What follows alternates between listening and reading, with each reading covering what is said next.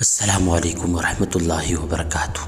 تمام تر حمد و ثنا و ذات لم یزل کے لیے جس نے انسان کو اشرف المخلوقات بنایا، اور تمام تر درود و سلام و ساقائے دو جہاں پر جو جہانوں کے لیے رحمت للعالمین بنا کر بھیجے گئے۔ سامعین و ناظرین، آج اس ویڈیو کے اندر میں آپ کو ایک دہریہ حجام ایک مسلمان کے درمیان مکالمہ ہوا۔ مسلمان بوڑھے آدمی نے اطمینان سے بسم اللہ پڑھی اور حجام کی کرسی پر بال کٹوانے کے لیے بیٹھ گیا۔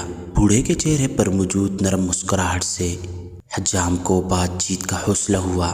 حجام نے کہا، دنیا میں بہت سے مذاہب خدا کو مانتے ہیں، لیکن میں خدا کے وجود کو نہیں مانتا۔ مسلمان بوڑھے نے پوچھا، کیوں نہیں مانتے؟ حجام نے کہا، دنیا میں بہت پریشانیاں، مصیبتیں، بدحالی اور افراتفری ہیں۔ اگر خدا کا وجود ہوتا تو یہ سب مصیبتیں اور پریشانیاں بھی موجود نہ ہوتی۔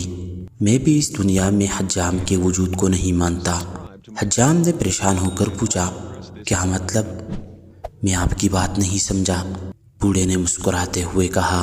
بوڑھے نے حجام کی دکان سے باہر گزرتے ایک گندے اور لمبے بالوں والے شخص کی طرف اشارہ کر کے کہا، کیا تم اس شخص کے لمبے اور گندے بال دیکھ رہے ہو؟ حجام نے کہا، جی ہاں، لیکن اس کا میری بات سے کیا تعلق؟